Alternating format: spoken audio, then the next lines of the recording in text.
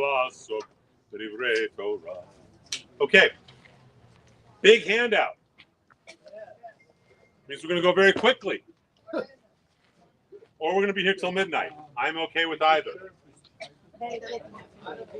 You like very quickly better or you like midnight better? Rita says very quick. No, Rita says very quickly, and Rita's one of those people who's one of my bosses because she tells Allison. All right.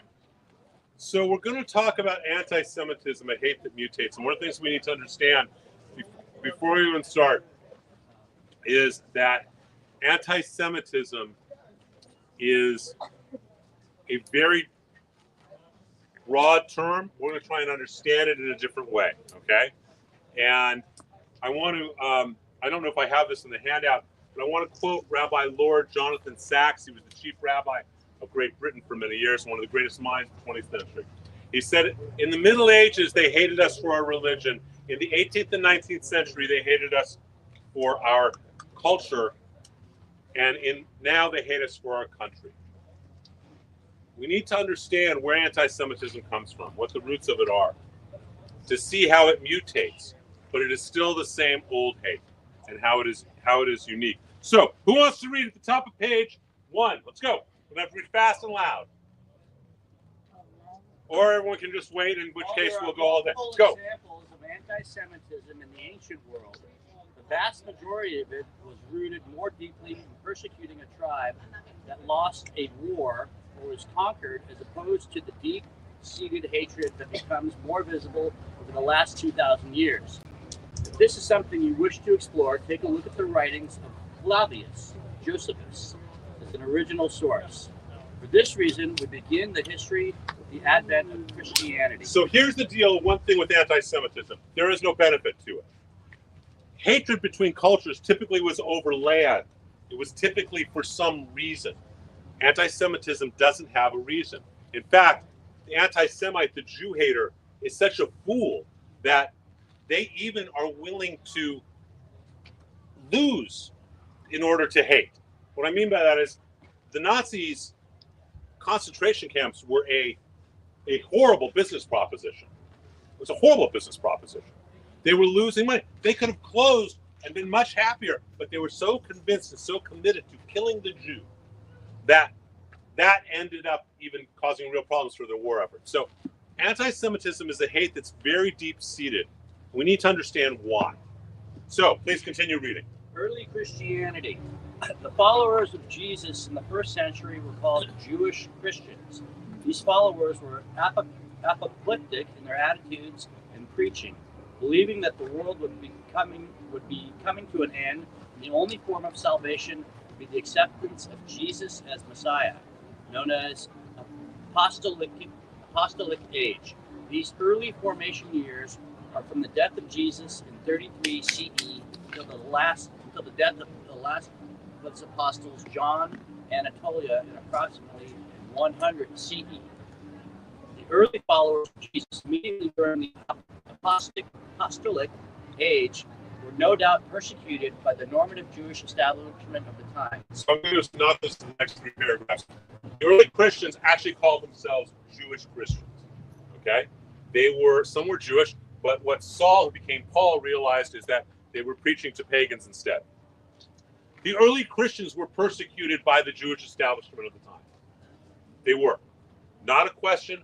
They were persecuted by the Jewish establishment, who said, what kind of crazies are you? You think this guy's a Messiah. Messiah. We're not at peace. Okay? With the destruction of the temple in 70 of the Common Era, the Christian sect then said, oh, look, see, this is because they killed the Messiah.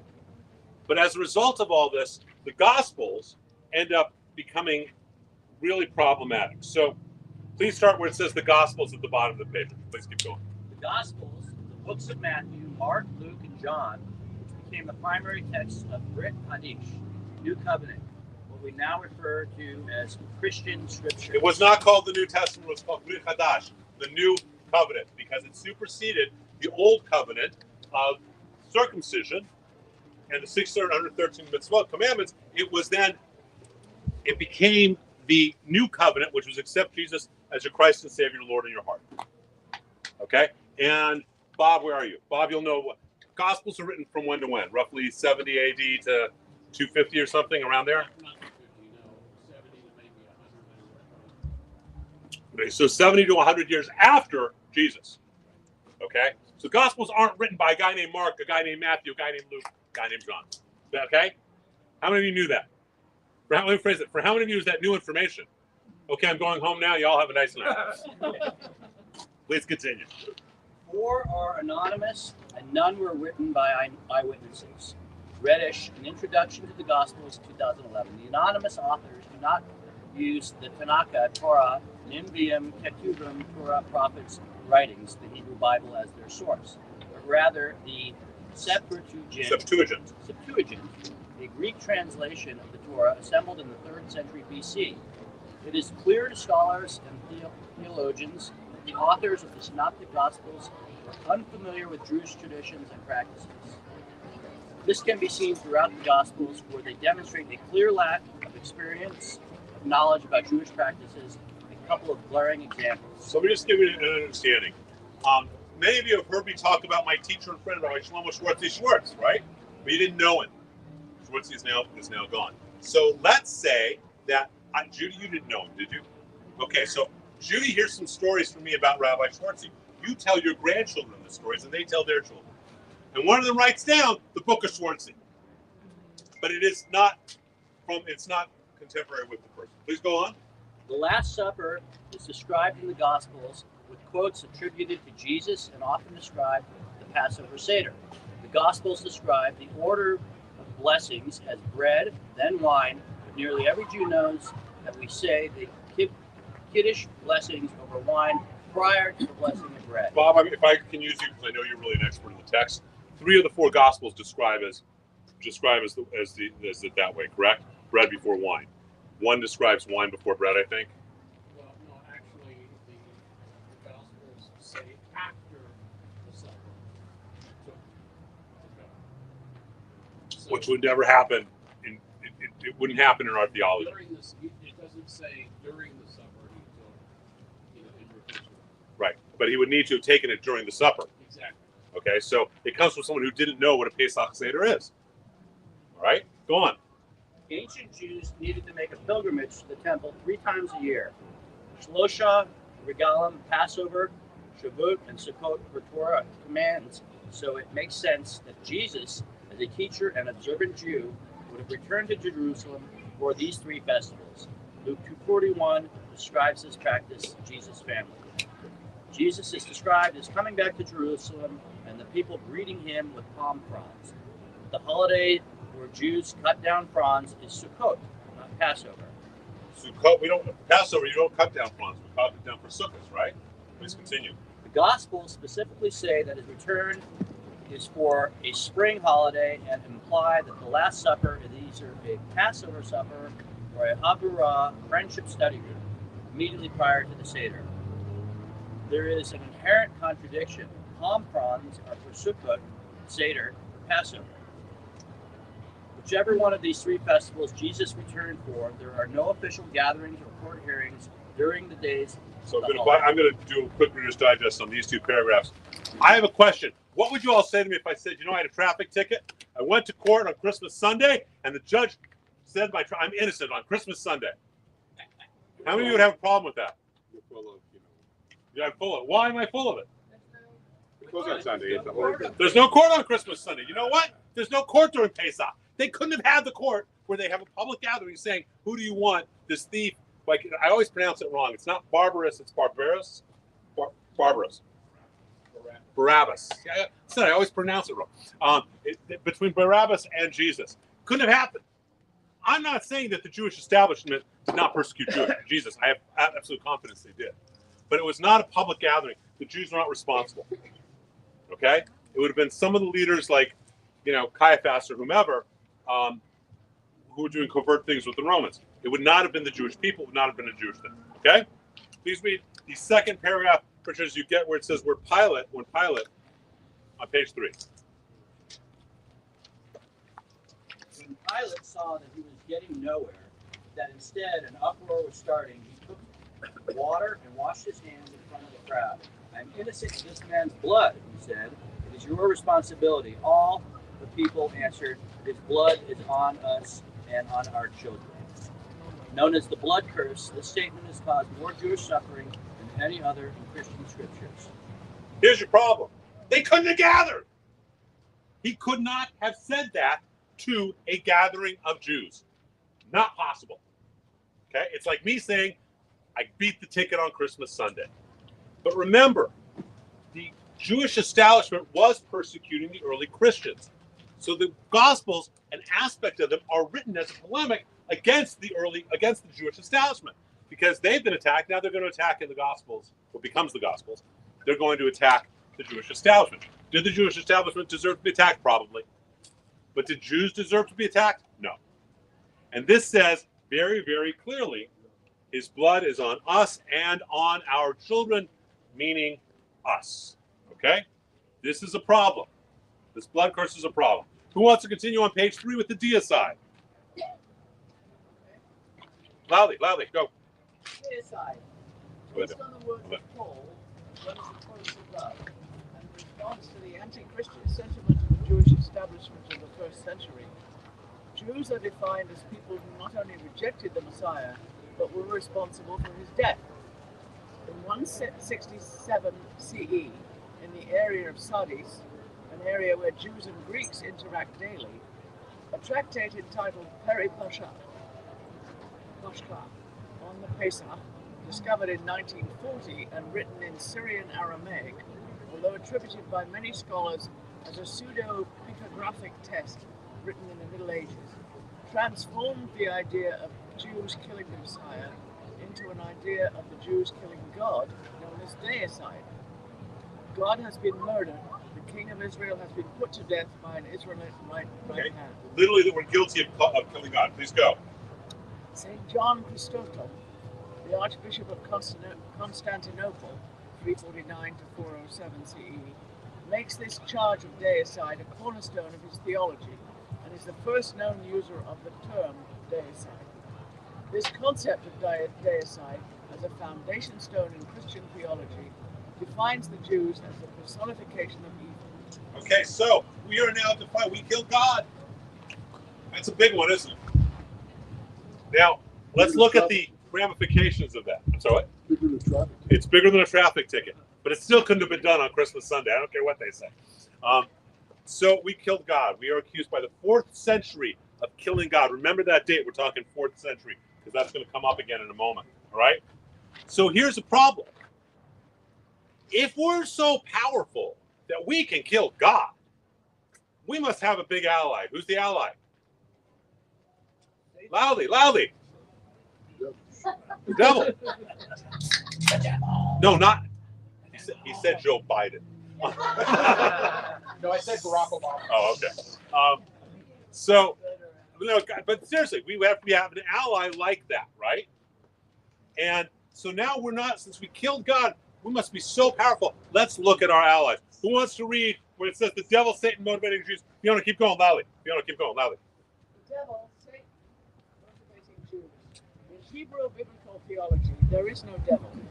A Satan is the angel referred to in Job that puts obstacles in our way. A Satan is not a personification of evil, but the prosecuting angel that creates obstacles for us to overcome. You guys get that? Hasatan is an angel in the book of Job, is an angel that creates obstacles, just like a really good coach. I want you to become a better swimmer. You want me to hire me to become your coach, for you to be a better swimmer. You start swimming. I've got you swimming 3,000 yards a day. I'm screaming, Renee, go, go, go, go. Mark walks in. He says, what an abusive jerk. Right? Probably. Or it hits me. Okay. Or he hits me. But in fact, I'm doing what you asked me to do. Right? Therefore, that's what Hasatan is in our theology. But that's not what he becomes in Christian theology. Please continue. Judaism has the concept of Yetzer HaTov and Yetzer Hara, the good and the evil inclinations inside each human being. We each have both inclinations, but there is no devil motivating any human being to do bad. So we take it as a responsibility on ourselves. If I do good, I do good. If I do bad, I do bad. God didn't make me do it. The devil didn't make me do it. Please continue. With the personification of goodness in Jesus, there is an inherent psychological need to create a balance. The personification of evil that motivates people to do bad, since no reasonable human being would choose evil over good if presented clearly with the choice, and since the Jews did not only choose evil but chose to kill God, even though they were face to face with God in the form of Jesus, therefore the Jews must be the emissaries of Satan. Okay, so let's be clear. By the 4th century, it is established in their theology that A, Jews killed God, B, Jews are allied with the devil. Okay? By the 4th century. Who wants to continue reading where it says tying Jews to Satan? Go, read up. So, tying Jews to Satan, the blood libel, using human blood in any way is specifically prohibited throughout the Torah, especially in the book of Leviticus 3-7, among other chapters. This prohibition is one of the reasons that meat must be salted on a slanted table in order to be kosher. That's why kosher meat's always salty, because we got to draw the blood out. We're not allowed to have blood, specifically. Go. The salt draws out the blood. Human sacrifice is specifically forbidden throughout the Hebrew scriptures, including Exodus, Leviticus, Deuteronomy, Jeremiah, Kings, and more. It is something that it is clearly slated to separate the Jews from the pagans, Deuteronomy, and is a reason for its communication, punishment, and even the death penalty. So we are forbidden from human sacrifice. We're forbidden from having blood. Is there such a thing as a kosher steak tartare? No. Okay? Forbidden. Not a question. This isn't commentary. This isn't even Gemara or Mishnah. This is Torah. Okay? Please continue reading. Sophra Solatisticus, a 5th century church historian, reports that Jews in a drunken frolic bound a Christian child in a cross in mockery of the death of Christ and scourged him until he died. By the 5th century, you've got a Christian scholar saying, oh, the Jews go and take a little Jewish child and hang him upside down. This is the big moment, 1144. Please continue. In 1144, in Norwich, England, a boy named William was found in the woods having been stabbed to death. The local Benedictine monk, Thomas of Manomoth, claimed that every year there is an international council of Jews at which they choose the country in which a child will be killed during Easter, because of a Jewish prophecy that states that the killing of a Christian child each year will ensure that the Jews will be restored to the Holy Land. In 1144, England was chosen, and the leaders of the Jewish community delegated the Jews of Norwich to perform the killing. Then they abducted and crucified William. The legend was turned into a cult, with William acquiring the status of a martyr and pilgrims bringing offerings to the local church. This becomes called, I'm going to fast forward a little bit, called the blood libel. Okay? We take, not only are we allied with Satan and kill God, every year around Easter time, which is around Passover time, we go and we sacrifice Christian children and we draw their blood. Do you know what we use their blood for? Matzah. The fact that it's all forbidden in Torah is inconsequential. Because let's think about the 12th century. How do Christians learn about the Bible? Are they reading the Bible? So how are they learning? Someone's preaching the gospel, good news. Not always preaching it is good news. So this becomes perpetuated. The term blood libel has gone on to have a greater meaning. A blood libel is, in terms of the definition, starting with this, becomes any time the death of others or bad things are blamed on the Jewish people. You say that term came to be. That's what the term means. It's not because no one's saying necessarily out loud that we go and hang people. Tucker Carlson is guilty of blood libel, and may he rot in hell, and I'm sorry if I offend anyone. That's right. Okay? Amazing we used to like these people. I used to like them. So, Wait, hold on. Wait, good. It's referring to any time the Jews are being blamed for the death of others.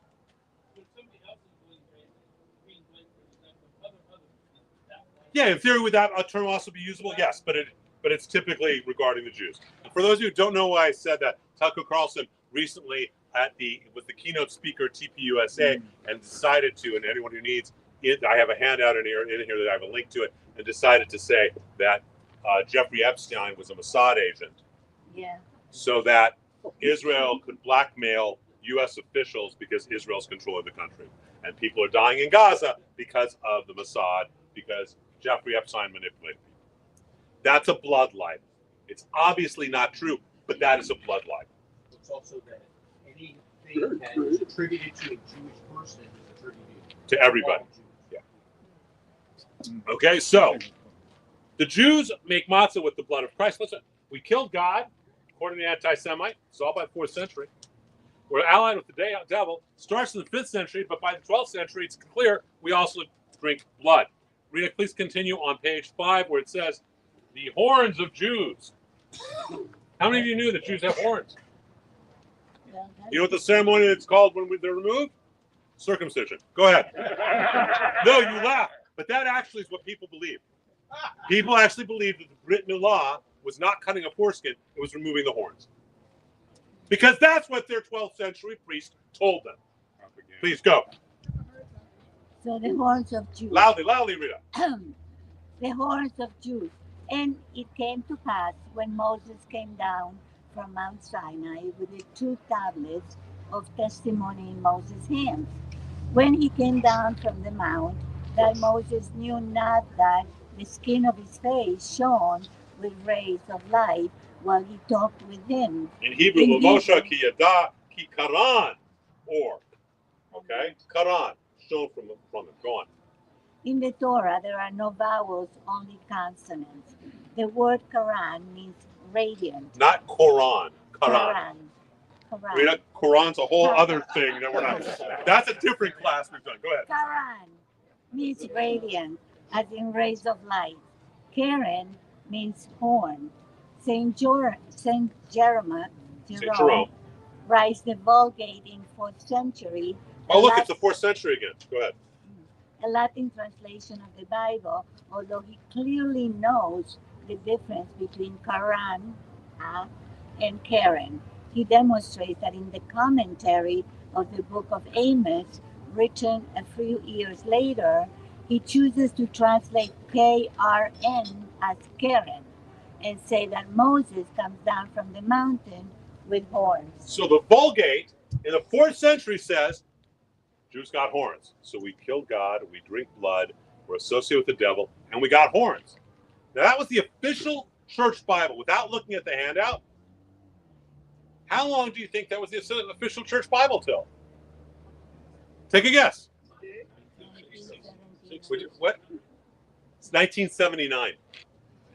Which means most people who have a Bible from the church Bible, not NSV, not King James, in their Bible that they've had, because it was grandma's Bible from the early 70s earlier, it says Moses came down with horns.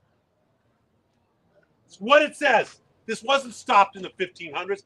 This was 1979. Okay? When the ecumenical council. After Nostra Aetate, okay, which was earlier than that. Okay? So please continue. Please continue. You can skip that little paragraph. Michelangelo creates his famous statue of Moses. I happen to have one in my house. Statue of Moses? Do you believe it? You got more stuff in your house. Did you win it at a Laka launch? Because you seem to win out your daughter. She goes to the fundraisers we have. She's the one who wins the $3,000 piece of art. I did. I know you did. And I didn't give it back. I know you didn't. Michelangelo creates his famous statue of Moses in 1513 and through 1515, which can be viewed today in the church of St. Pietro in Vincoli in Rome. How many have seen Moses' statue? Okay, go on. In person. In person. Yeah. Go on. How many know what some Pietro in Vincoli means? St. Peter in. Chains. Oh, interesting. Okay, go on.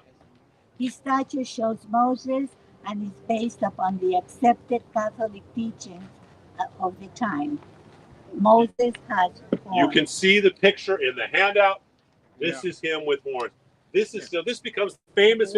This is arguably the most famous statue in the world, right? The Jew has horns. Yes. And they have the horns because they know it's not circumcision. Yeah. But wait, David doesn't have horns. It was a mistake. David. It was a mistake. God David. God David. But it was a mistake. Moses, he made a mistake. Well, it's the same God. David had been circumcised. There you go. So, all right. So go on. We're on the top of page 6. Go, Rita. Keep going. A hater from the church that the Jews were the ones they could blame for their debts to the nobility. This was obviously. Wait. Where are you? Page 6. Page 6. Page 6. You're on page 7, I think. Page 7.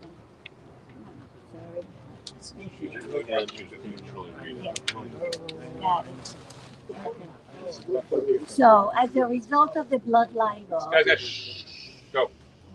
as a result of the blood libel, the mistranslation of the Hebrew word Karan and his depiction of Michelangelo from famous statue, it becomes a mainstream Catholic position that Jews kill God, drink blood, and have horns, all things that associate them with the devil. You guys see that? Now we're talking something that goes back to the 4th century and was consistent until 1979. Do you think that that's going to change easily? No. Yes, go. Who commissioned them to make the statue? Medici's? Was it Medici? Church. It was the church, yeah. Well, do you know Loudly. Do you know what that image? I mean, it's almost like you're telling us we're learning that our image of the devil was created to explain. I guess Which came what first, is the Jew or the devil, or the devil or the Jew? Yeah, I'm kind of saying like you yourself just said, if you drink blood and you have horns, you're the devil. The image of Where demons. that image come from? But the image of demons goes back cross-culturally. So The idea of jinns. By the way, so the idea of jinns, which is also part of Middle Eastern philosophy. Does anyone know what Iran said about the 12-Day War? Besides that, say it loudly, because it's. That's literally what they said to their people, to the 70 million Persians. They literally said Israel was able to get through our defenses because they used jinns. they used what? Genies. Jinns. Okay? Genies. Oh, genie. Evil spirits, demons. Oh, Okay? All right. So this is so here's an issue though, okay? Actually keep reading the next 2 paragraphs. Keep reading. Read it loudly. Loudly. This despicable myth, I think. Loudly. This despicable myth moved from the anti-Jewish attitudes of the Gospels through the Vulgate and the blood libel, and are still believed today by many people throughout the world. At a deep level, it is based on the psychological need of anti-Semites to justify their beliefs in Jesus as God. The underlying argument, and often unconscious, is if Jews kill God, they should not be able to survive, let alone thrive. If they are surviving and even thriving, then this must be because they are attached to Satan, the devil, and are his emissaries. For otherwise, how could God allow them to do well after killing Jesus? This is then proved by the fact that they drink blood and have horns.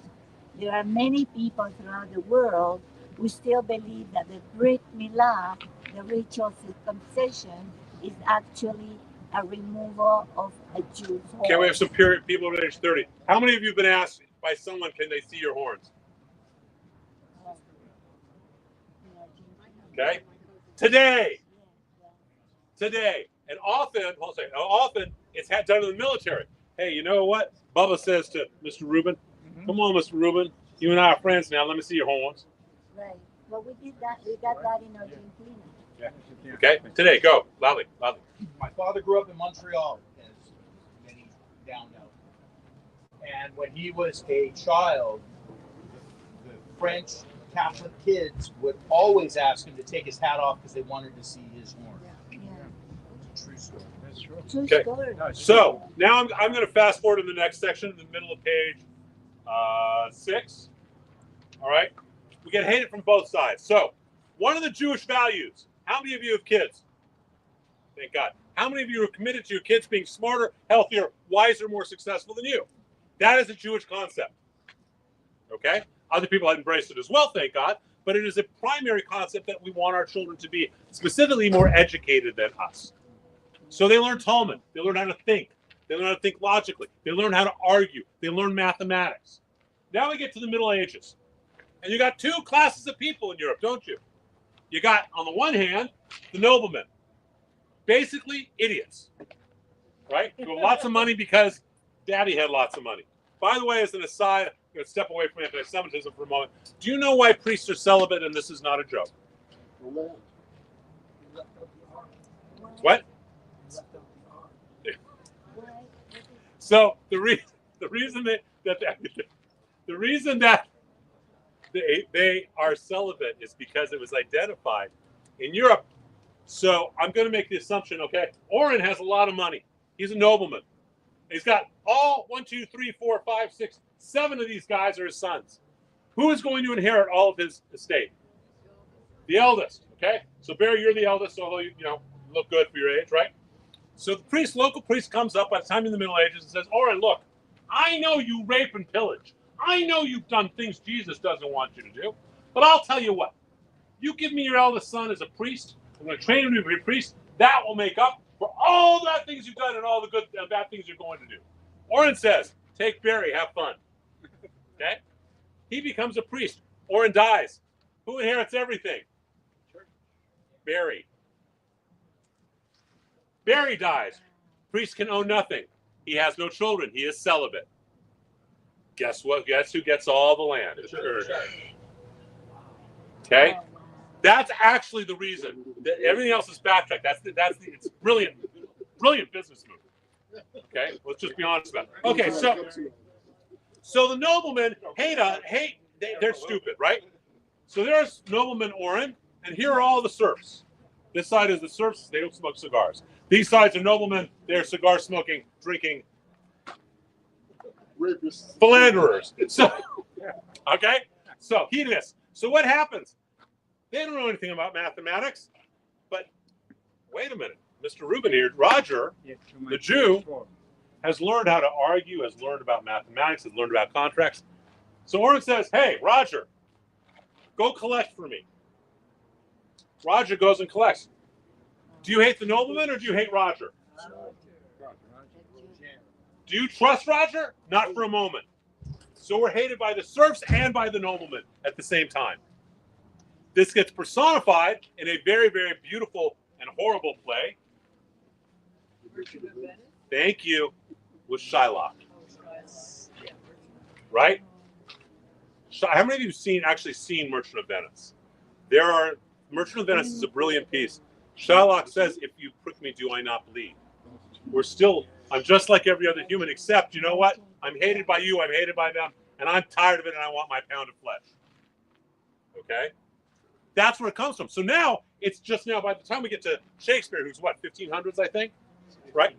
So by the time we're in Shakespeare, this is now personified in culture as well. All of public culture believes the Jew is killed God, drinks blood, is a horrible person, is allied with the devil, and not only that, he's a Shylock.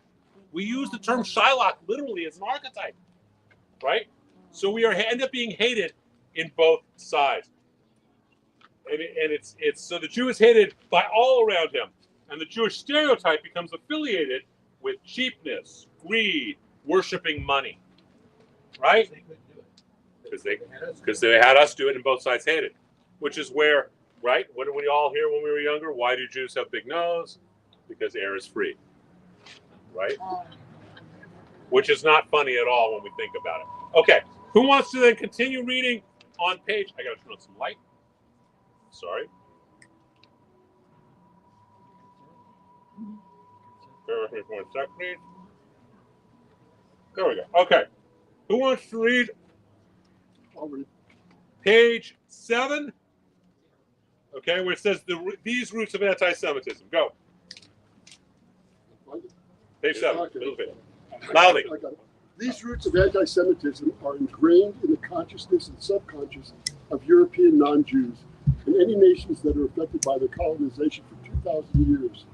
It becomes accepted and ingrained in both overt and subtle ways that Jews killed God, drink blood, have horns, are greedy and worship money, and are the enemies of anything good in the world. This becomes the prevalent attitude, even if not conscious, of the non-Jewish world. Why shouldn't it be? It's in their Bible, right? It's in the Catholic Church Bible. Bob's an expert in Christian theology. When is what the Christian, by the 70s, it's a different Christian Bible. It's NSV, right? Well, there's several. Yeah, but it's not. But even then, it was about that time that Protestantism, that we started. But so there are other versions of the. That's by happening that, but it was never the Christian. Go ahead, Bob. Well, I'm just going to say that the Catholics are not the only Christians in the world, right? And there are a lot, like me, who are not Catholic, who are Protestant, and who love Israel and pray for the peace of Jerusalem, and stand with the Jewish nation, the Jewish people. Yeah, I want to. So all of the condemnation is not. No. And I was going to make the comment later, but I want to make the comment now. Okay. I have a friend, Pastor Rob McCoy. Rob is, what denomination is he? Evangelical? Calvary. Evangelical Christian. Bob always wants me to convert to Christianity. Not Bob, Rob. Okay. Rob always wants me to convert to Christianity. And I'm grateful for him wanting to, because it's an expression of his love. He believes the only way to heaven is through Christ. And he wants me in heaven with him. That's not a bad thing, is it? That's a complimentary thing. When an evangelical comes to you and says, have you thought about taking Christ into your heart? It's not a statement of, oh, you're a bad person. It's a statement of love that I want you in heaven with me. So my response to Rob is always, well, I'll tell you 2 responses. My friend Rich Perlman's response is, for thousands of years, we go straight to the boss. We don't need an agent. My response is, Rob, let's be honest. The Messiah's going to come. You're going to say, welcome back. I'm going to say, welcome. We're all going to accept him. To which Rob's response is, yeah, but Rabbi, what if you die before the Messiah comes? To which my response is, oh, Rob, you got no faith. He's going to show up in our lifetime. Okay? That's what's so important. There's a qualitative difference. See, someone who's really a Christian, and I'm going to let you tell me if I'm not defining right, has accepted Christ in their heart, in their soul. It's not a game. Their faith is strong, and it doesn't matter what anything says or does. True? Yeah. Someone who doesn't really have faith, like some of the Jesuit priests I used to work with at Loyola, their attitude is, I don't have faith, therefore you're not allowed to survive, let alone thrive. Because it's the fact that you are thriving is a challenge to my faith because you killed my God. Do you guys see that? If you have faith, if it's a Christian who really has accepted Christ into their heart, they are our biggest allies. They want it out of love. If you are the Christian / Catholic / whatever that really just says, oh, I accept Jesus, but doesn't, my existence threatens their faith. Do you guys realize that? It's really important to understand. Okay, please continue reading. Group 1. We are where we say the Jew as the outsider. Since the destruction of the temple in 70 CE until the formation of Israel in 1948, the Jew is not indigenous to his own land. He is an outsider. Jews speak a different language. Jews eat different food. It has different dietary habits than the local inhabitants. Jews observe the Sabbath on Saturday as opposed to Sunday. A Jew's days begin at sunset. Worshippers of evil naturally on darkness instead of light. Instead of sunrise, when Jesus was resurrected. Why do days begin at? Why does our 24-hour cycle begin at sunset? Because in the Bible, in the book of Genesis, it says, "Vayera vayivoka yom echad," and there was evening and there was morning. Day one, evening comes first. Okay, so that's why our 24-hour cycle. That's why our holidays begin on the evening. But to the anti-Semite, it's because we worship darkness, not light, which is when Jesus rises. Go on. A Jew celebrates holidays that are different. Jews don't celebrate the holidays of Jesus. Jews wear odd clothing, yarmulkes, tzitzit, talis. Jews argue. Really? Keep going. I'm sorry. I thought those were done. Go on. I'm reading ahead. Jews argue and question rather than take an answer and accept it. Catholicism brings an answer. Judaism brings questions. Catholicism is dedicated to a goal. Judaism is dedicated to a journey. Make sense? So it's a very different process. Okay? It's about exploring deeper and deeper. We say elu va'elu. These words and these words are both words of the living God. So if Rita wants to argue with me about something theologically, is she entitled to? Darn straight. Not only is she entitled to, she's encouraged to. And she does. No, she doesn't argue with me. She just tells me what to do when I do it. It's I'm not that stupid. Okay. All right, please continue. All of these things combine to make Jews hated and not understood for 2,000 years. If a Jew is successful, he is hated. If he is not successful, he should be persecuted even more, as he is an outsider and connected with Satan. Okay. This is not, are we going to cure a hatred that goes for 2,000 years in a generation? No. Please continue. The Holocaust and its temporary effect. When it becomes clear at the end of World War II that the Nazis systematically killed 6 million Jews for no political or economic gain, the world feels guilty that they did nothing to stop it. Many survivors have been hated. Many survivors have more hatred for the Allies than the Nazis. The Allies would fly over the death camps on their way to bomb railway stations, but never bomb the crematoriums. The realization of the world that they had allowed the horrors of the death camps to happen leads to a temporary acceptance of Jews, and to the creation of the State of Israel in 1948. This guilt only lasts through the generation that survived the Holocaust. As people, including Jews, start to no longer have an emotional relationship with the Holocaust, the guilt dissipates. Okay, so one of the things is most people, if we're honest, go to bed thinking they did the right thing, right? Even if they didn't, they justify. Hitler went to bed thinking he was doing the right thing. It is very, very difficult psychologically to look at a horror like the Holocaust, realize you did nothing to stop it, and hold on to that horror and the pain of it. And if you're not sure about that, because all of us, grown up in that generation where there was guilt from the Holocaust. So I never experienced anti-Semitism as a kid. Okay, I never did, and because I was born in '63, so the '60s and '70s. But if you're not sure that that's true, let's be honest. October 7th is 21 months ago. And for most people, including most Jews, the horror and pain of that day is in the rearview mirror. And let's just make peace with the Amalek of Hamas. Let's all play nice. It doesn't matter that all these kids died because they used them as human shields. It doesn't matter 1,200 people died. It doesn't matter about 50 hostages. Because we cannot get our heads around that kind of true evil of October 7th. Right? That's why I write an email every friggin' day except for Shabbat at 3 o'clock in the morning. How many guys, by the way, read those emails? That's good to know that somebody. That's 11.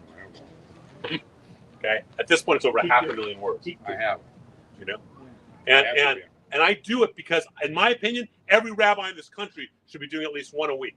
And the answer is none of them are doing anything. And you've got rabbis in New York who came out with a public statement supporting this mayoral candidate, Zoran. Okay? Rabbis who officially said, we endorse him. Let's just throw it all in the rearview mirror.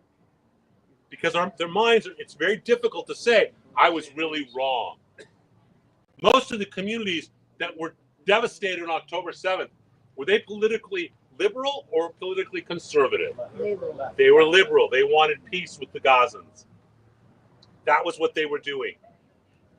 Didn't matter to those animals from Gaza, did they, from Hamas? Are these younger rabbis or older rabbis? Both.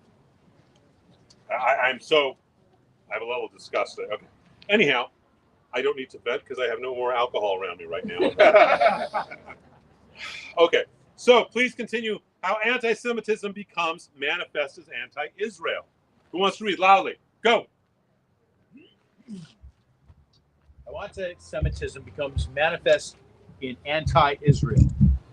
As the guilt dissipates and becomes unfashionable to be anti-Semitic or racist of any sort, the inbred hatred of the Jew for 2,000 years becomes manifest as being anti-Israel. So I want you to list off very quickly some.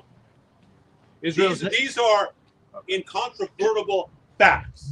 Okay? This is all reality. This is not the myth. Please go quickly. Just read them right off. Israel's never started a war in the Middle East. In 1948, Israel is attacked by Egypt, Syria, Transjordan, Iraq, Saudi Arabia, Lebanon, and Yemen. 14 conflicts are initiated by the Arabs between 1951 and 1956. Jordan and Syria attack in 1956 in the Sinai War. 1967 Six-Day War, Egypt, Syria, and Jordan attack Israel. 1967 to 1970, the War of Attrition. Israel is attacked by Egypt, Syria, Jordan, PLO, and USSR. The Yom Kippur War. 1973, Israel is attacked on Yom Kippur by Egypt, Syria, Jordan, and PLO in Lebanon. 1982, Lebanon War. Israel is attacked by PLO, Muslim Lebanon, and Syria. Israel is eventually responds to guerrilla attacks by going into Lebanon after winning, backs away to let the Lebanese handle their own internal politics. First Intifada, 1987 to 1993. Israel is attacked by Hezbollah through Lebanon and Syria. Second Intifada, 2000 to 2005. Israel is attacked by Hezbollah and Palestinian terrorists through Syria, Lebanon, and Jordan. 2006, Hezbollah War. Israel is attacked by Hezbollah. 2008, Gaza War. Israel is attacked by Hamas. Operation Productive Edge to 2014. Israel is attacked by Hamas and Hezbollah. Israeli teenagers are kidnapped. Terror tunnels to kill Israeli non-military citizens. Not one conflict has been started by Israel. Not one. So much so that that one of the primary laws of the IDF is that if you see, the term is a black flag in front of your eyes, that your commander tells you to do something and you see a black flag, you are commanded to not do that action. Because your commander says, go rape that person, you are not only not supposed to do it, you're commanded not to, and you're commanded to report him to a superior. So there's no question about how the IDF acts. Yet nonetheless, what do we experience in the media? October 7th is Israel's fall. 5 times. 5 times. Palestinian Authority was offered to have Gaza as an independent nation and as an independent state. 5 times it was rejected. They're not interested in the land. They're interested in the destruction of the Jew. Okay? Yep. That's why this is all so problematic where it is. Please continue reading on page 9. Anti-Semitism is couched as anti-Israel, despite the reality that Israel is a small country that is surrounded by enemies. As General Moshe Dayan once said, he could light a cigarette at one border of Israel and drive to the opposite border, and the cigarette would still be lit. That's how small it is. Because of a combination of an inbred hatred of Jews for 2,000 years and the survival of Israel, anti-Semites take to condemning Israel as a bully nation. Golda Meir once said that if Arabs all laid down their weapons, we would have peace the next day. But if the Jews laid down their weapons, there would, God forbid, be no Israel the next day. She has famously said that we will have peace when Arab mothers love their children more than they hate us. There have been more condemnations in the United Nations against Israel than against all other countries of the world combined. Combined. All the other countries of the world combined. Less condemnations, resolutions against them than the resolutions against Israel. Please continue. United Nations General Assembly Resolution 3379, adopted the UN in 1975, determines that Zionism is racism and racial discrimination. This becomes a fundamental stone for the modern anti-Israel, really anti-Semitic attitudes. Although 3379 was revoked by the UN in 1991 with Resolution 4686, the damage had already been done, and new generation born in the 1970s and 1980s grew up believing that Israel was racist. Hatreds of 2,000 years became manifest in a hatred for Israel by the world at large by the mid-1970s, despite the reality that Israel is outnumbered and never started a conflict. And anti-Semitic attitudes worldwide today. Get all that? How serious that is? Okay. It's been inbred for 2,000 years. It's going to come out, and it comes out as hating Israel and accusing Israel and doing things that just aren't true. And it's been allowed. It's been in our academic world. It's institutionalized, and it is dangerous for us, our children, and our grandchildren. Please continue. Anti-Semitic attitudes worldwide today. The following statistics are according to the Anti-Defamation League and can be found on their website. 74% of individuals worldwide have never met a Jew, and yet... So you get this. 3/4 of the population in this world has never met a Jew. Okay? Never met a Jew. But let's look at what they believe. 1.09 billion people worldwide harbor anti-Semitic attitudes. Only 54% of the individuals worldwide are even aware of the Holocaust. 41% of the individuals believe that Jews are more loyal to Israel than the country they live in. Less than half of those surveyed under the age of 35 had ever even heard of the Holocaust. 18% of the world believes that there are more than 700 million Jews in the world. There are actually 13.7 million. 2 out of 3 either have never heard of the Holocaust or do not believe that it happened. 72% of individuals believe that at least some of the 11 anti-Semitic stereotypes are true, and 43% of individuals believe that 3 or more of the stereotypes are true. 47% of individuals believe that Jews have too much power in the business of the world. So I just want to know one thing, okay? If there's this great Jewish cabal running the world, where's my check? Has anyone here ever gotten a check? I'm just curious. Yeah, you ever get? I wasn't on the conference call this week. I've been on the conference calls. I don't get offered anything. No one does. Everyone's volunteering to help. So, but that is the belief of the world. Go on, please. Well, can I just say something before I go to this? First of all, October 7th, they now say there's video evidence. That's made up. That's from the IDF. They created that. And literally, as we're speaking right now, there are Druze. There's genocide against the Druze. There's only one country in the entire world helping them. Oh, it's Israel. But we're horrible. Well, here's a great piece on what he's just said about the Druze. The Druze are a wonderful tribe, a culture that is Islamic, but not Islamic in the same way as the Shiites and these other different groups. There's a huge Druze population in Israel, mostly in the north. They are active members and not only foot soldiers, but officers in the IDF. Yes. Okay? The boundary with Syria was an arbitrary boundary that was created originally with England, Great Britain. And there's reasons what they did after World War I. But they separated where some Druze were here and some Druze are here. Druze are Israelis. The Druze are born in Israel. They're also Druze, right? Some of them are in Syria. So when persecution's going on, we go defend them. Not the rest of the world, do they? That's going on, as you said, right now. Well, who do they claim to be? They claim to be directly descended from Jethro. Yeah, and they're from Yitro, and they are, who was a holy non-Hebrew. Correct. So continue reading. Go on. Keep going. Anti-Semitism If you speak globally. loudly and quickly, that's needed. 2011, San Francisco had a measure on their ballot to prohibit circumcision, the primary ritual of Judaism. The measure was ultimately removed. In 2015, the European Union determined that products made in Israel must have a clear marking similar to the Nazi yellow star. July 2018, it was proposed in Austria that all Jews wanting to purchase kosher products must register as Jews with the government. 18% of Turks in Germany think that Jews are inferior human beings. In January 2017, a German court judged that the act of 3 Muslim attackers in burning down a synagogue in commemoration of Kristallnacht was only to get publicity about the conflict in Gaza, and the offenders were not sent to prison. In 2002, 2003, 2010, the Holocaust Museum in Greece was vandalized. 43% of Italians believe that Jews still talk too much about the Holocaust. Dutch schools no longer teach about the Holocaust. Proud anti-Semites in Poland have been appointed to crucial government and media positions. The deputy chairman of the Polish state-owned TV network is the former editor-in-chief of Front, a Polish skinhead magazine supporting anti-Semitism. 60% of French Jews have reported physical attacks of Think about anti-Semitism.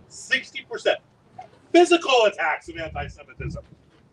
From 2014 to 2015, there were 51% increase in violent anti-Semitic crime in the United Kingdom. Keep going about nationally. Anti-Semitism nationally. House of Representatives candidate Russell Walker of North Carolina believes Jews are not Semitic, they are satanic, and they are all descended from Satan.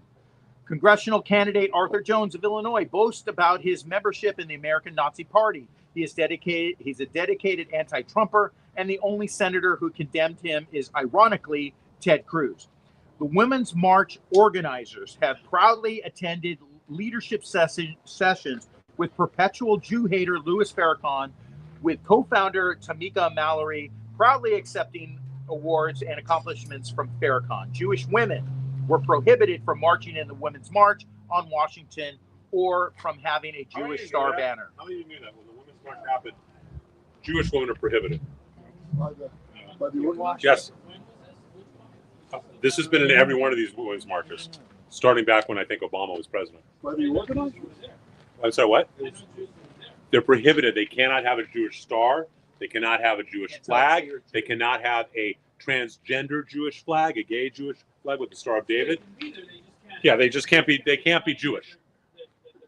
Yeah. You can't wear a ribbon. Yep. Go on. Go on.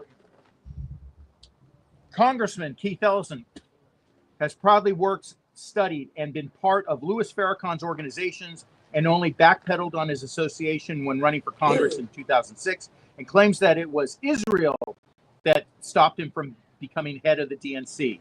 In both 2012 and 2016, support in Jerusalem, the capital of Israel, was taken out of the DNC platform. It was placed back in by Antonio Villaraigosa, despite verbal protestations on the convention floor in 2016. How many of you remember that or saw that? It is so worth watching the video on YouTube of what happens. Is so it's been removed from the platform, and totally, and so now if the DNC realizes, okay, we're going to lose all the Jewish vote, we better put it back in the platform.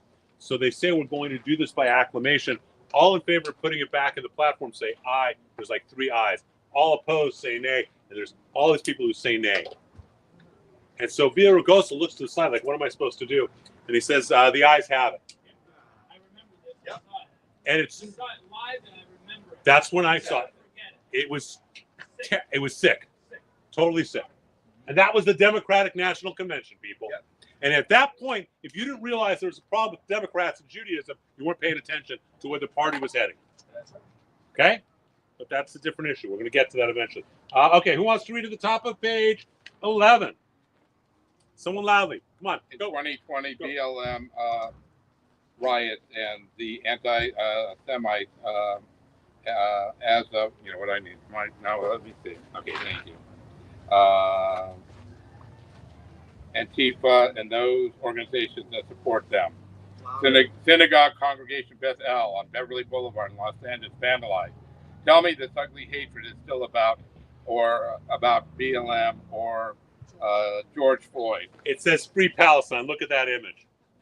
That was Bethel. BLM specifically attacked Jewish neighborhoods during their riots after the George Floyd incident. When asked why Melina Abdullah, the head of BLM Los Angeles, said, "I want the people there to feel pain." Okay, understand the BLM riots. Typically, you're going to riot around City Hall, right? Around a federal building, right? Where do they riot? One of the places they went to, Pico Robertson area. There's no federal building, city building, or anything else in Pico Robertson. Just a bunch of Orthodox Jews who were cowering in. Some of them were cowering in their homes. No longer, because they all now have firearms. They've all been trained by Magen Am. They really are having them. Yes. And so, and by the way, I just want to make a plug for our friend Sal Litvak.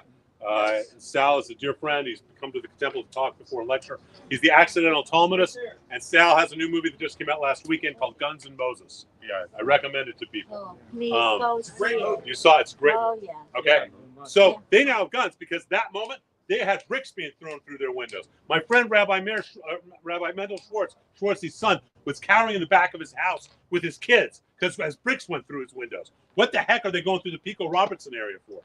But as Melina Abdullah said, we want the people there to feel pain. Go on.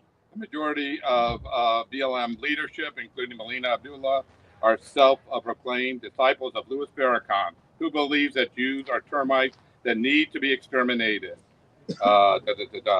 Some quotes from the BLM manifesto, although scrubbed from Google, it can be found. These are quotes. I'm going to read these very quickly.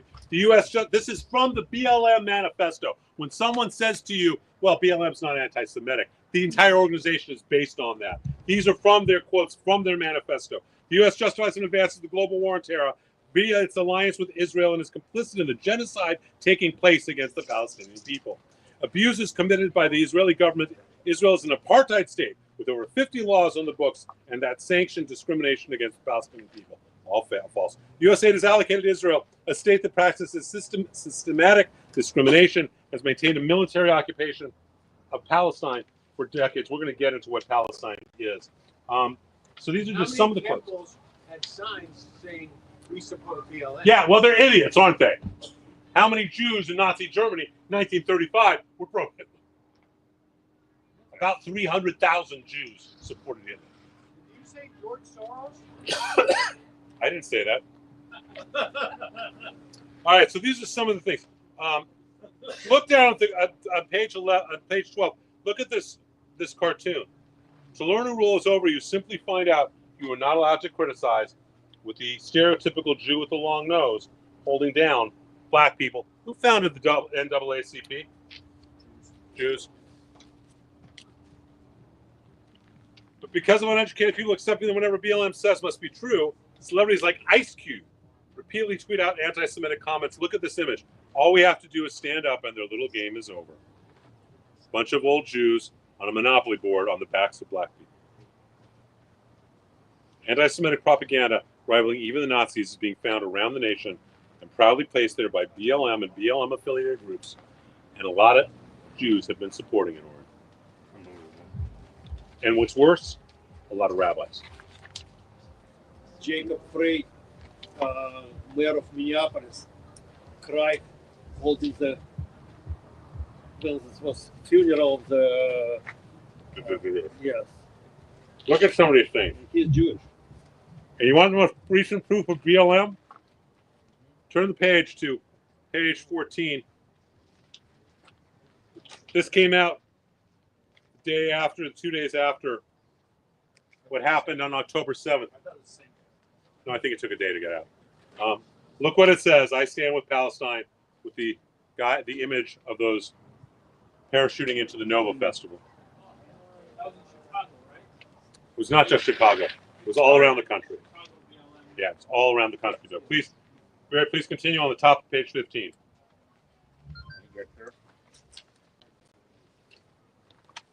It's pretty intense, isn't it, guys? Yeah, very intense. Well, how many of you are you learning new information? I should have gone home an hour ago. Okay, go. Okay. Multiple local synagogues have been desecrated a number of times in recent years. Anti-Semitic incidents were 60% higher in 2017 than in 2016 in Los Angeles, the largest single increase since the ADL began tracking reports in the 1970s. Oak Park High School, right here, had numerous reports of anti-Semitic notes and graffiti, and the ADL was called in 2017. How many of you knew that? That in 2017, Oak Park High School had a call on the ADL because of all the graffiti. Go on.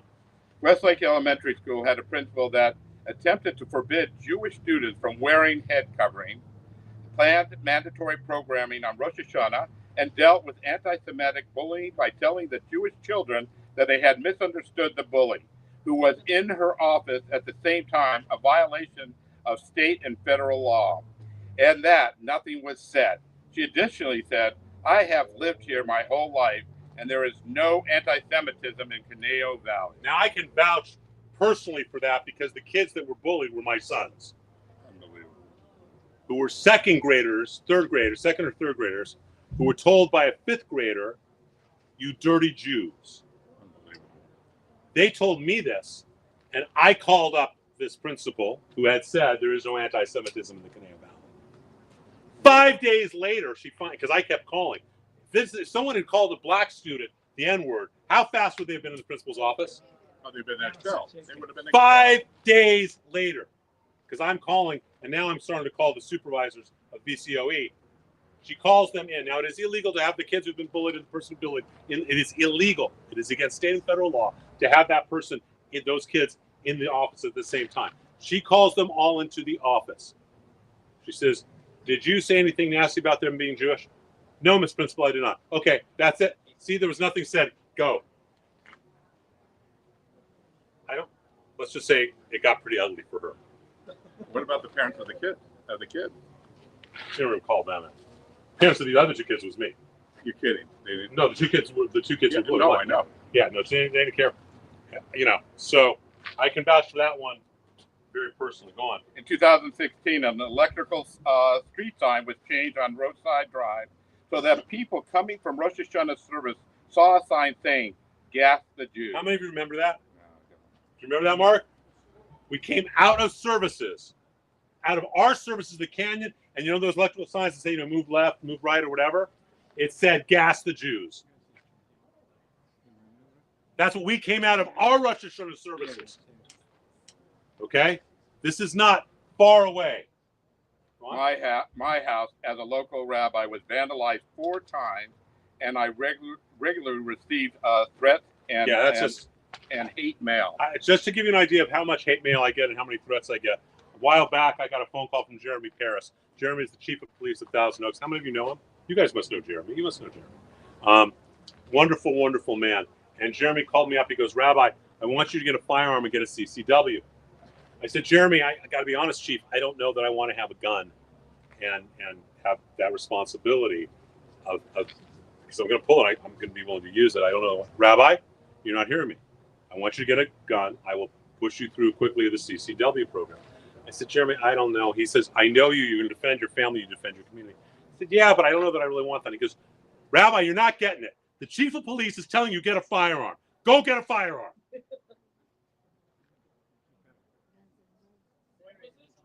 This was about 1.5 years ago.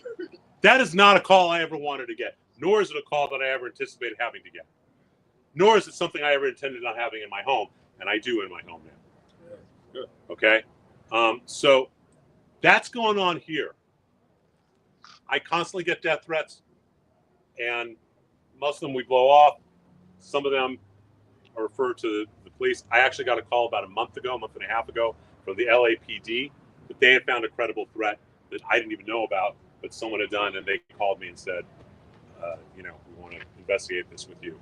Because I do a lot of writing, and I'm very honest about stuff. So that is the world we live in. Someone please continue reading on page 15 where it says hate regarding Palestine. This is really important. So someone with a loud voice. Loud, go! Hate regarding Palestine. There are no historical Palestinians. Palestine? We have discussed this many times. She can't hear. Someone with a louder voice. is no historical fallacy. There we go. You must have a professional issue. We have discussed this many times and given a class previously on this topic. So what is Arab hate towards Israel based upon? Waqfa, the right of holy possession. There is no injunction for waqfa in the Quran. Muhammad does say, when a man dies, only 3 deeds will survive him: continuing alms, profitable knowledge, and a child praying for him. The tradition is that waqfa means that any land that has been given to Allah, conquered in Allah and Muhammad's name, is continuing alms, and therefore is forever possessed by Allah.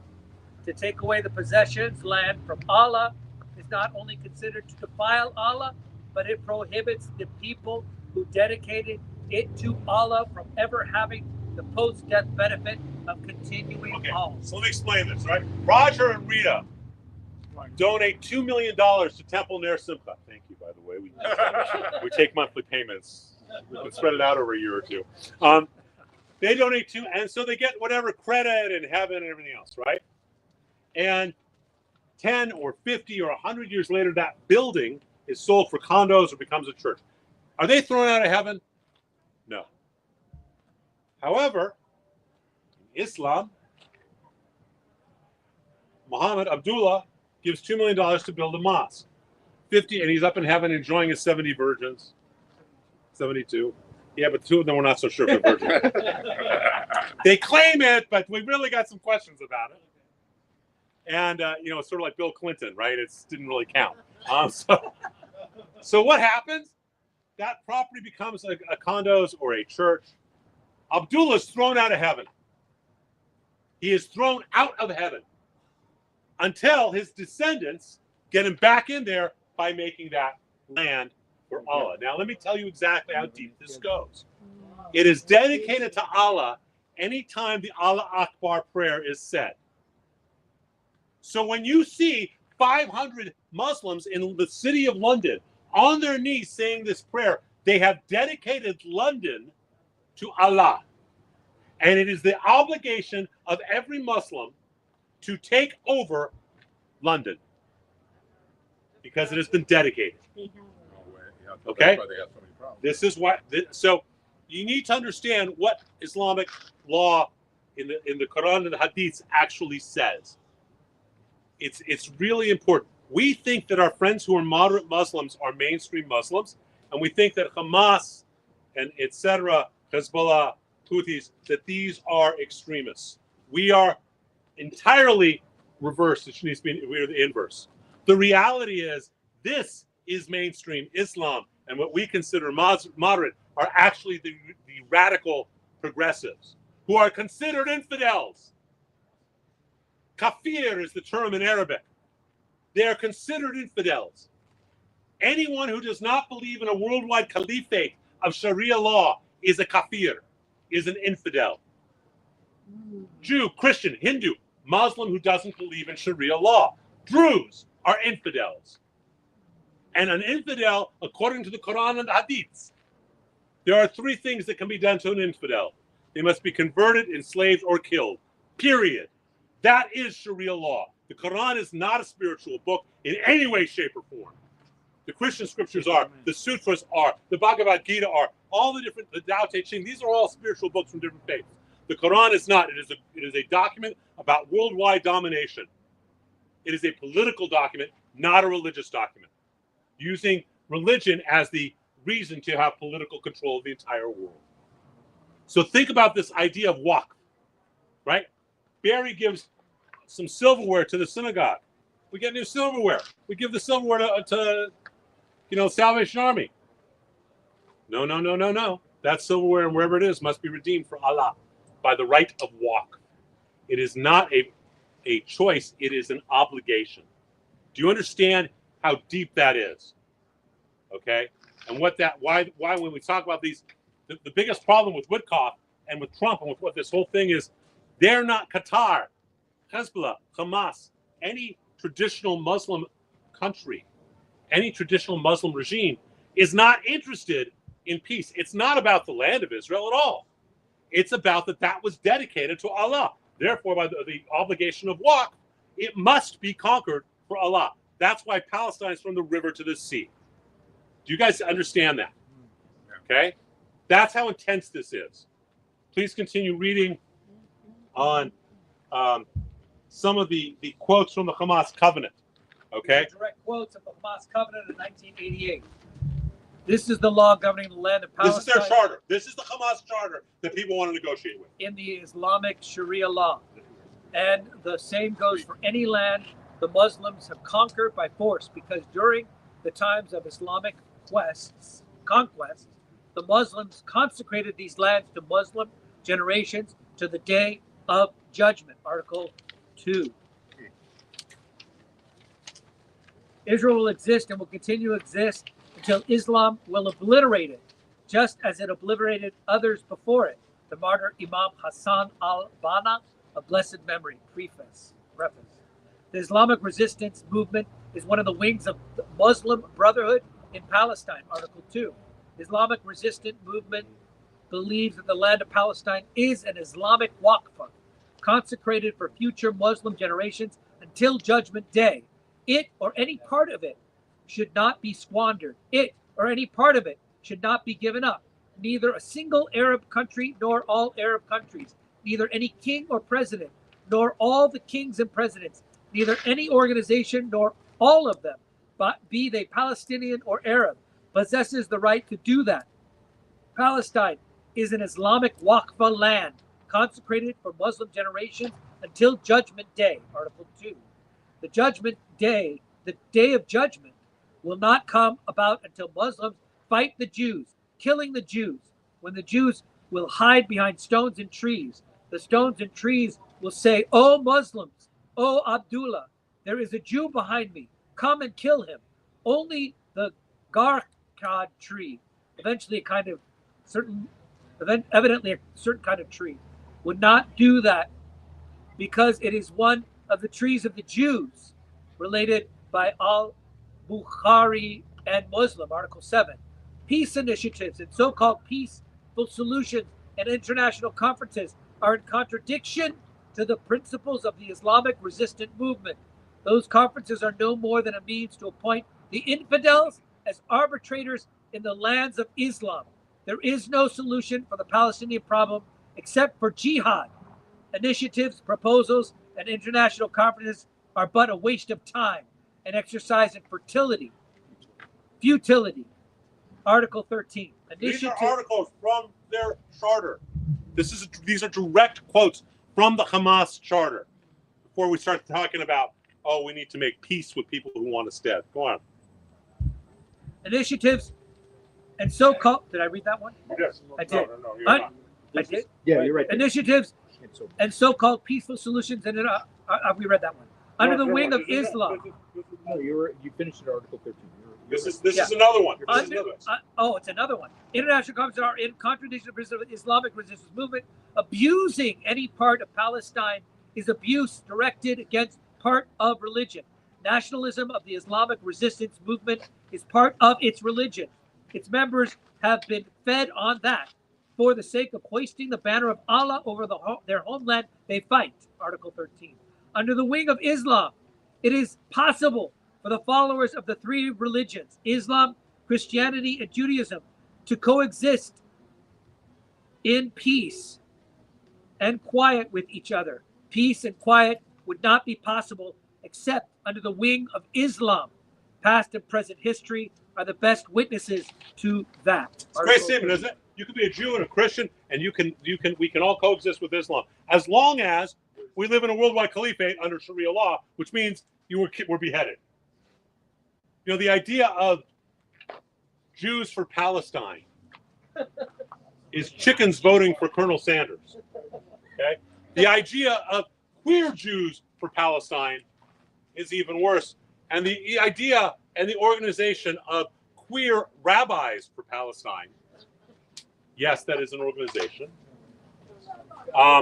Actually, they don't realize that they're actually a fundraiser for Islam, because there's a bidding war to who can behead them first. God bless you. Right? Who can behead them, then they'll tie the head back on so they can behead them again because they're queer. They'll tie them on again because they're a rabbi. It's insanity. Absolute insanity. This is going on in that part of the world. And remember, that all plays into the whole anti-Semitic from the European side too, doesn't it? All right, who wants to read the next section? Clowns to the right of us, jokers to the right. Or to the left of us, jokers to the right. Who wants to read loudly? Here we are stuck in the middle with you. Who wants to see? Fiona got it. No one else got it. I got it. Yeah, now they all got it. All right, who wants to read loudly? Come on. Who wants to read about clowns and jokers? Clowns to the left, jokers to the right, and we're stuck in the middle.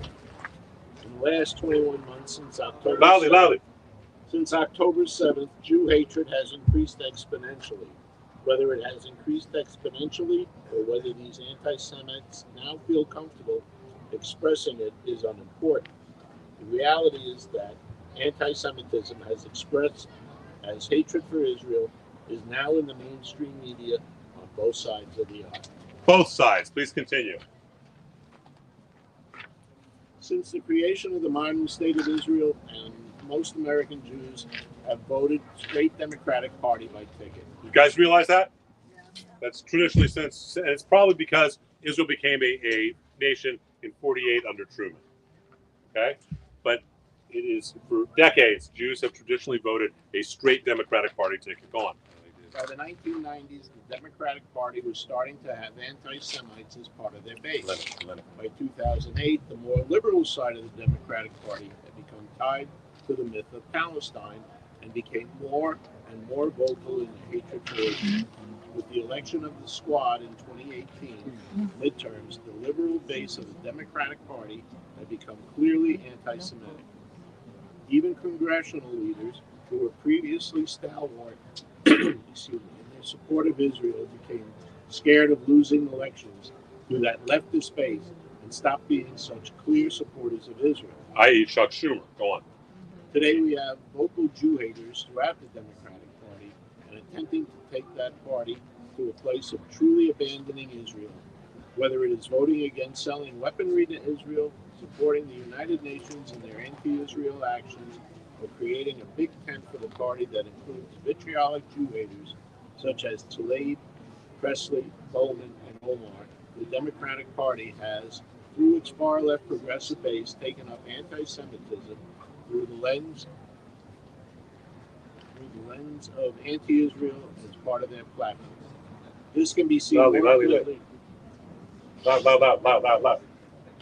This can be seen more clearly than anywhere else in the current Democratic Party nominee for the mayor of New York, the home of the second largest Jewish population in the world. Zoran Mamdani is a vocal and avowed anti-Semite who supports Hamas and whose public and Jew hatred. Should say Jew hatred, sorry. And whose public and Jew hatred goes back to 2014 when he wrote that a boycott aims to put pressure on Israeli institutions and end the oppressive occupation and racist policies within both Israel and occupied Palestine, and recently committed as part of his campaign that he would defund all relationships between the city of New York and Israel and would discontinue the council created by former Mayor Eric Adams to strengthen economic ties between the United States and Israel. So basically, the Democratic Party over the last 20 years has become the party of anti-Israel. Again, some of us saw that at the DNC convention, right? Okay, but please go on. Until the election of 2016, most American Jews stayed away from the Republican Party. As a backlash to the poor relationship between Obama and Netanyahu, as well as Trump's promises about Israel, more Jews started to vote Republican. While only 22% of American Jews vote for the Republican presidential candidate in 2012, that number jumped to 29% for Trump in 2016 and jumped again to 36% in 2024. The Abraham Accords, Trump's relationship with Netanyahu, and the backlash against organizations like BLM, which were demonstrated to be extremely anti-Semitic, contributed to this increase. In addition, there was more popularity among conservative media hosts who seemed pro-Israel. Okay. However, keep going. Much of the support for from the conservative side actually You can't say, okay, someone else who has a louder voice. You're being replaced with a louder voice. Much of the support for the conservative side Loudly. actually has also been extremely anti-Semitic. Candace Owen, who was originally mentored by Dennis Prager and then by Ben Shapiro, exposed her Jew hatred right after October 7th. Nick Fuentes, who calls himself a conservative Christian, has taken the last few years to grow a 2 million person audience committed to the death of every Jew. He has even taken to imitating Hitler in both words and look. Piers Morgan. This is an example. Last year at TPUSA, he had his own demonstration outside TPUSA, and if you watch it, he's literally excerpting quotes in English over a megaphone that come from Hitler's speeches. Okay? He has even taken to imitating Hitler in both words and look. Piers Morgan had been caught repeatedly defaming Israel with the blood libel that Jews are responsible for the death of Jesus. Come on, we turn pages. Yep. Oh, okay. To the death of children in Gaza, as opposed to Hamas, which uses children as human shields, and Charlie Kirk, who has always expressed support for Israel, gives a large mouthpiece to self-hating Jews such as Dave Smith, who are pandering to his approval, support, and ultimately clicks for their own financial gain. Recently, just to give you an idea of how ugly it is, I've been asked 4 times to be on Piers Morgan's show. 4 times I've said no, thank you. I've said, if you want to have me on as just a single guest, I'm happy to. I'm not going to be on a panel with self-hating Jews like Dave Smith who know nothing, who are sitting there saying Israel is an apartheid nation and who are screaming. I'm not interested in that kind of stuff because it's not okay. It's not okay. And I have a question. Fiona, let's say you had a belief and there's a 3-year-old screaming in a sandbox that you're wrong. Are you going to have a debate or a dialogue with that 3-year-old? No.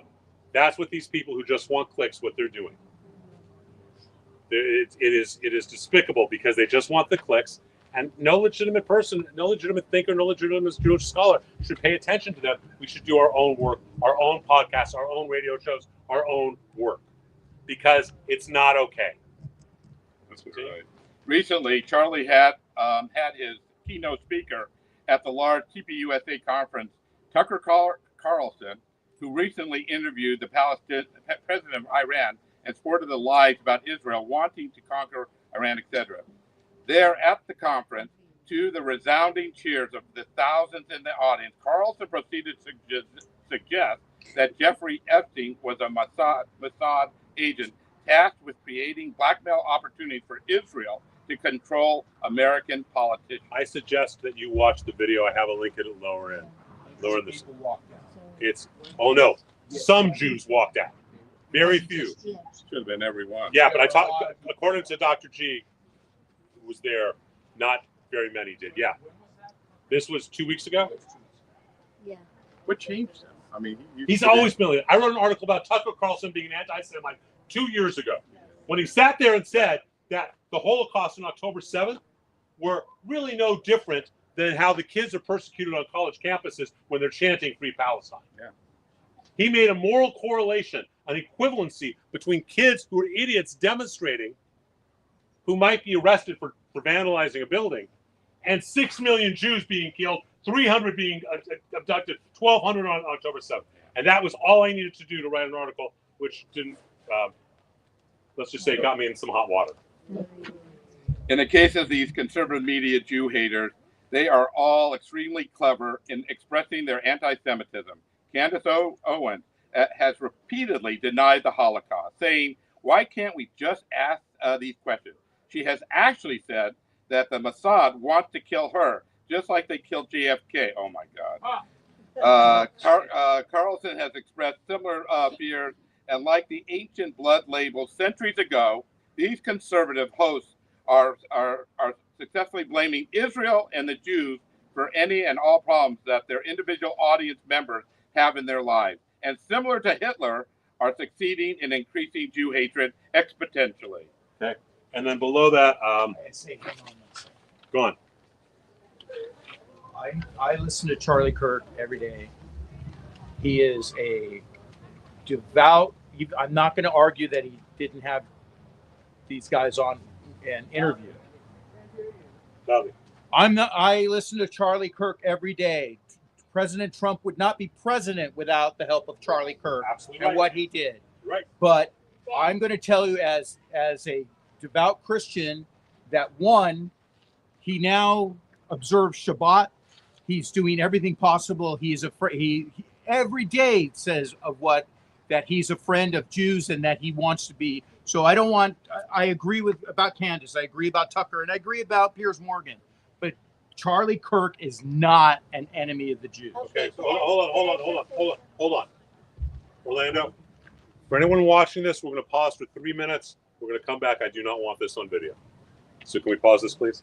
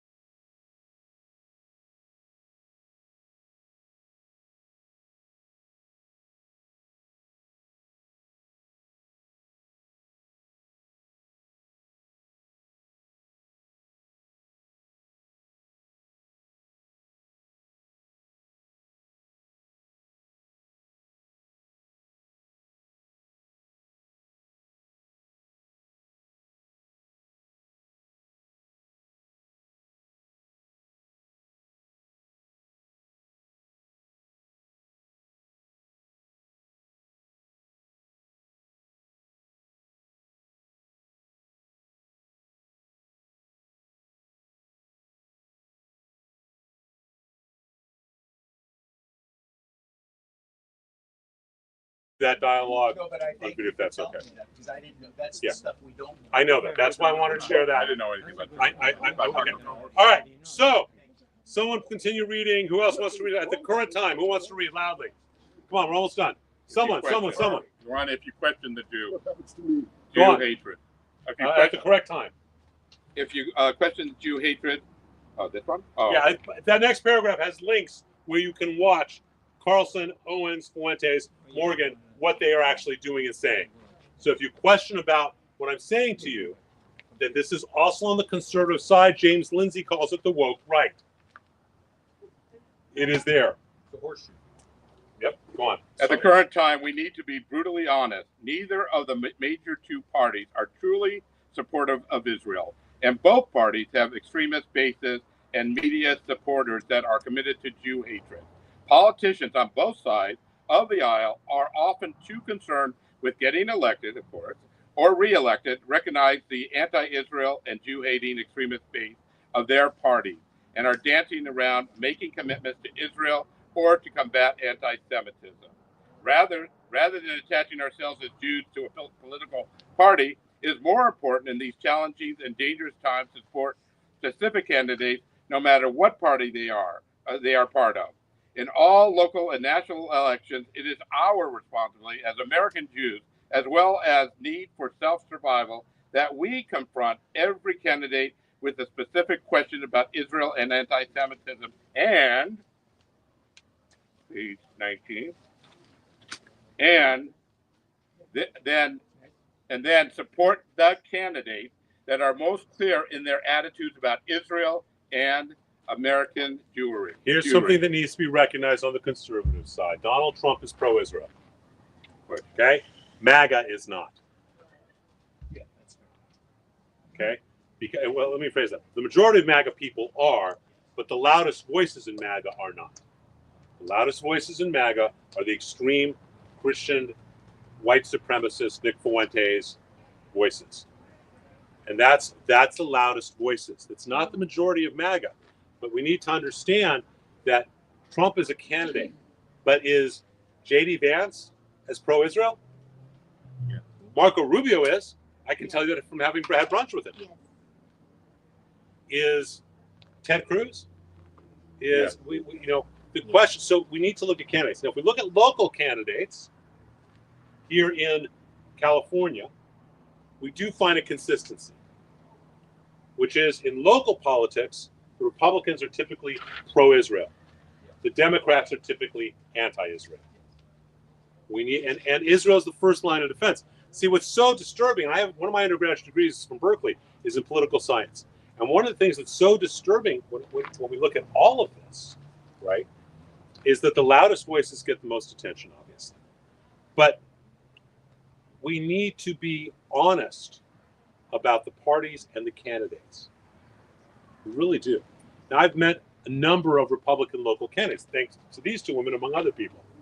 And they are phenomenal people. They are devout in their faith. They are pro-Israel. They've accepted Christ in their heart. And they're amazing people.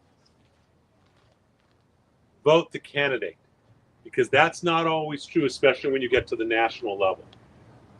And we need to be aware of that as Jews, because we got 2,000 years of history and we see what's going on in the world. And it is a scarier world for my children than it was for me in every way, shape, and form. Who wants to finish reading on, what page are we on? We are on page 19, and it's with regards Who wants to read what to do? Who wants to do? read about what to do? Come on, someone loudly. Go. What to do with regard to the current war and demonstrations? Stay away from these demonstrations. Okay. I can't say that enough. And if you don't buy it, I sent that out in November of 2023. I sent out an email saying there's going to be a demonstration in Westlake tomorrow. Please don't go. And Paul Kessler, God rest his soul, was such a schmuck, he went and died. The fact that he's dead doesn't change he was a schmuck. Okay? Because he was to do that. There's nothing to be gained by going to a demonstration and screaming at people whose their theology wants us dead. There is no upside, people. Please continue. There's nothing to be gained by showing up at these counter-protesting They are looking for violence, and that is all that can happen in a counter-protesting. If you desire to have a rally, do it not in reaction and have armed security there. Maganam. Sorry if I get passionate about things. There's an organization called Club Z. It's a pro-Zionist youth organization. They asked me if I'm going to go speak. They're doing a speaking engagement, a demonstration that's being put on by the person who's their main advisor, not the person who the local advisor is amazing, but their main national advisor. It's putting it on. It's going to be at the federal building. Rabbi, will you be a keynote speaker? Absolutely. Will you publicize it? Absolutely. I think it's great that young people are doing it. I find out it's going to be on a Sunday. I find out by Saturday night they don't have permits. They have no armed security. They just said they were going to show up and the police will be there, if they're needed. I immediately, some of you may remember, I immediately sent an email, please don't go to this. Please don't do this. And I wouldn't go. And I called up the head of, the national head of it, and she hung up on me because I confronted her and said, what the hell are you doing? You were putting Jewish youths in harm's way. Well, they're going to be fine. Really? Where are you going to be? Well, I'm in New York. Oh, so you're in New York and you're sending Jews out to the federal building in Los Angeles on Wilshire Boulevard without security, without registrations, without any sort of preparation. What kind of an idiot are you? Okay. So it ended up being, they had very few people and there still was almost, there was counter stuff. And we called the police to make sure they would be there. I did not go. There's no upside to making yourself feel good by raising a flag and waving an Israeli flag. Instead, go raise some money for B'nai Zion Hospital in Haifa, which is saving Jewish lives. Instead, go raise money for Friends of the IDF. Instead, go educate people about the myth of Palestine, about what's all in this class, about the history of anti-Semitism. Going out and spending your energy so you can say, oh, look how good I am, is not only a waste, it is dangerous. There's no good that can come from it. Please continue. I'm sorry. Educate everyone you know about the real history of Palestine, Gaza, West Bank, Judea, and Samaria. And use the quotes above to demonstrate what Hamas really is. Change the narrative through media, conversations, and education. It is most people actually, if most people actually saw the Hamas charter and what they are dedicated to, they would not be supportive. Ask people if they want Israel. And you have quotes from the Hamas charter in here. They're direct quotes. You can look them up online. It's called the Covenant of 1988. There's plenty of translations of it. You can see it online. Yale has a wonderful one through Avalon Law. And you can look, this is what it says. That's why I cite them specifically. Tell people and say, when they say, oh, well, Hamas just wants peace. Not true. I was going to say something else. Yeah. Not true. They want what they've said. Believe them. Please continue. Ask people if they want Israel totally destroyed, God forbid. Point out that Palestine, quote unquote, has repeatedly rejected two-state solution proposals 5 times in the last 18 years. And point out that the genocidal intention of from the river to the sea. If Judea and Samaria and Gaza are considered one country, then the definition is that Israel is occupied territory that must be eliminated. The very statement of the river to the sea is a conscious attempt to invalidate Israel's very right to exist. How many of you know about the Sheikhs of Hebron and what they've done? Okay, this happened within the last week. Last week.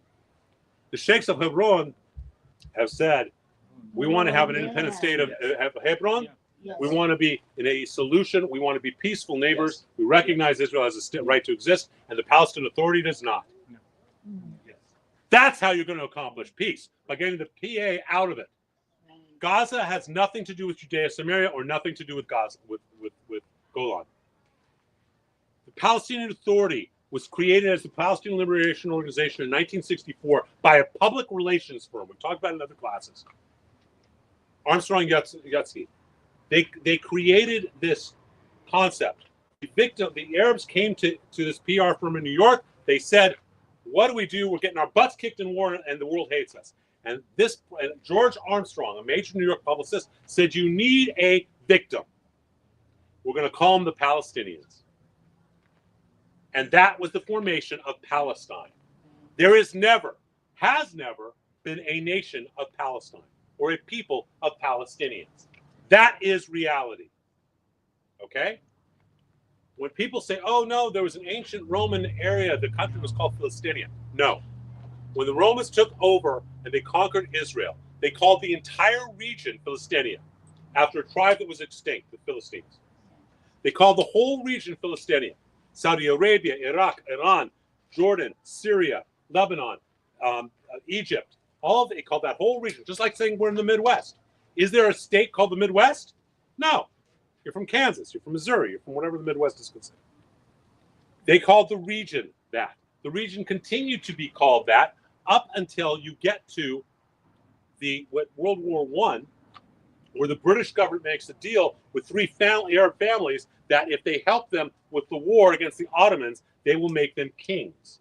And so you have suddenly these kings in these different countries, and they call Palestine. The mandate, it's still not a country, it's the mandate of Palestine. It's not the nation of Palestine. There's never been a currency, a country, a flag, a language, any of the things that make a nation. There's never been a country of Palestine. It is an invented myth in 1964. And in the subsequent 61 years, it has become accepted as if it's real. That's why you don't hear me referring to Palestinians. You hear me referring to Gazans. Because the people living in Gaza, their great-great-grandparents call themselves Egyptians. The people living in Judea Samaria, their great-great-grandparents call themselves Jordanians. And the people living up in the Golan, their great-great-grandparents call themselves Syrians. Yeah, you want to say something? Go ahead. The actual idea didn't just come from a marketing firm. It came from a firm from Russia called the KGB. And they propped up a Egyptian who ended up becoming a multi-billionaire named Yasser Arafat. There is no such thing. And we need to take back the narrative and start fighting this myth, this fabrication, this fantasy with truth. Okay? And that's why my belief has been for a very long time that the solution, and I've written about it, is a three-state solution of Gaza as an independent nation, Judea Samaria, that area, as an independent nation, and Israel. Because the people in what they call Judea Samaria or the West Bank and the people in Gaza have no relationship to each other. And it's great that these sheikhs have decided to say, we don't want to be involved with the Palestinian Authority. They're crooks. They're not interested. They've always turned down. I'm sorry, what? Yeah. Yeah, but you know what?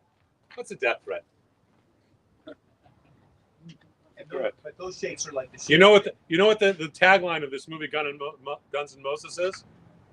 Go with God and your Glock. Yeah, Okay. love that. All right, please continue. Fighting anti-Semitism constantly, and not just regarding Hamas at all. Education. Invite non-Jews to Jewish events. Educate our children so that they can spot anti-Semitism. Dialogue.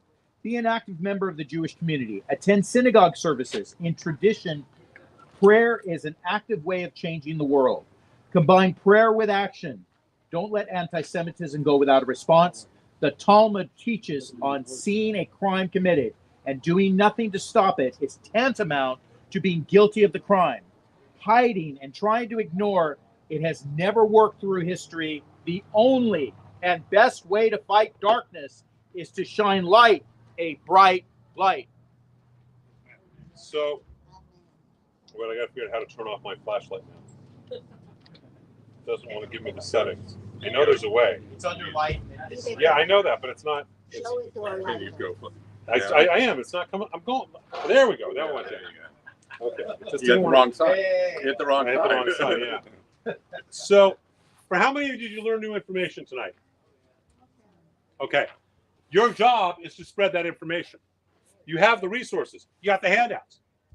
Your job is to spread it. You question about Tucker Carlson, watch the video. You question about Candace Owens, Piers Morgan, Nick What watch the videos. You question, someone says to you, oh, well, but the Palestinians have been there forever. No, they haven't.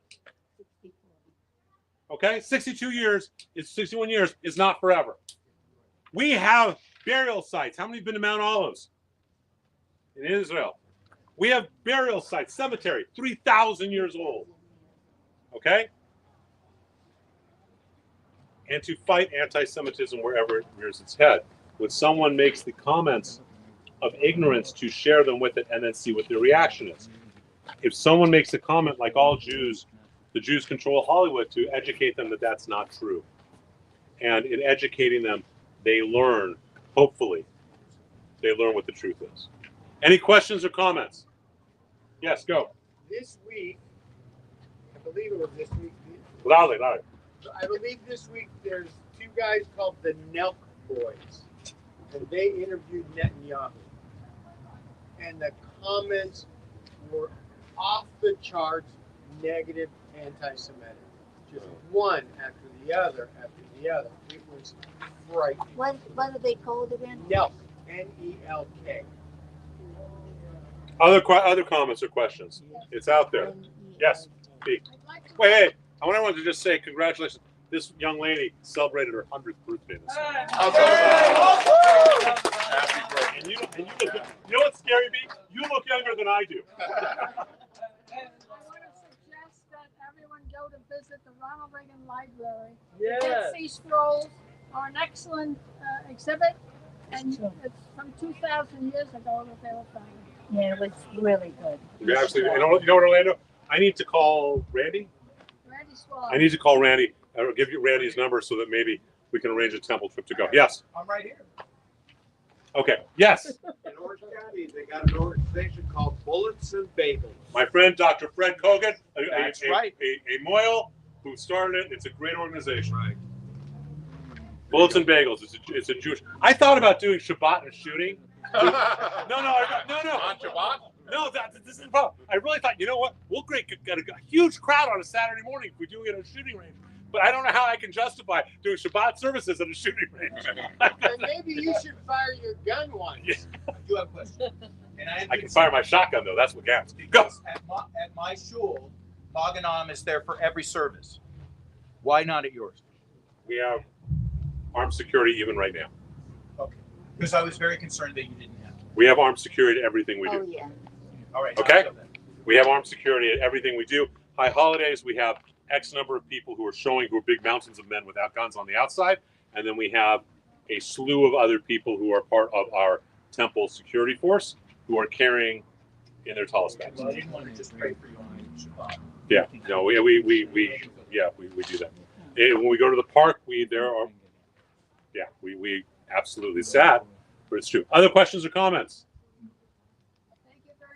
Thank you very much. Thank you. Thank you, guys. Thanks. Friday night services at the park at 7 o'clock here, Hill Community Park. Be a lot of fun. Register for the Oh, wait. Rita just reminded me. Hold on. If you haven't registered for High Holidays, please do it with Orlando right now. Why not? Be kind, make donations while you do it. And thank you all for doing this. Does someone need this handout who didn't have it? Do they have notes?